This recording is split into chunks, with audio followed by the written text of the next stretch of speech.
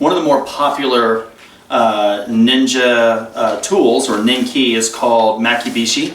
And makibishi is the popular name. It could be makibishi, it could be tetsubishi. They're different names depending on whether they're natural, organic from the earth, or metal, something that you would have made or created. And basically, what they are is they're caltrops. So the iron ones are called tetsubishi, and no matter how you throw them down, different sizes, but no matter how I throw them down, they're always going to land with one end up. So if I'm running and I have someone chasing me, I can throw these iron caltrops down, and pursuer's going to step on them and they're going to fall. I mean, it gives me a chance to evade. They have different sizes. Those are kind of a little bit smaller. These are bigger ones, right? But again, no matter how I throw it down, it's always going to have one end up, right?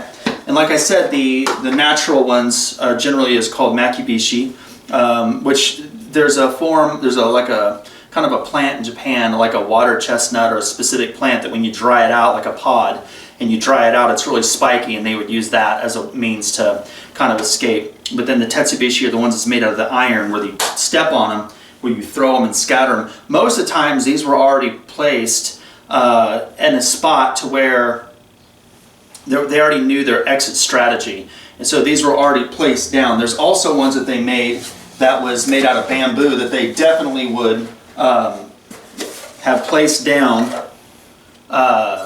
They'd stick them in the ground, and they would stick them in a way to where they knew the exit, so they're running and they already know where not to step. Someone else doesn't see that, and it can impale them, and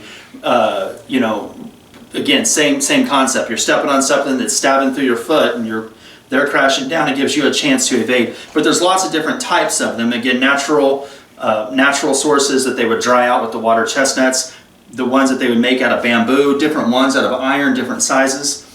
One of the techniques that's not as commonly talked about, but it is written in the scrolls, is they would take caltrops, the tetsubishi, these iron ones, and they would attach them to a string. And this string would be attached to their obi. So as they're running,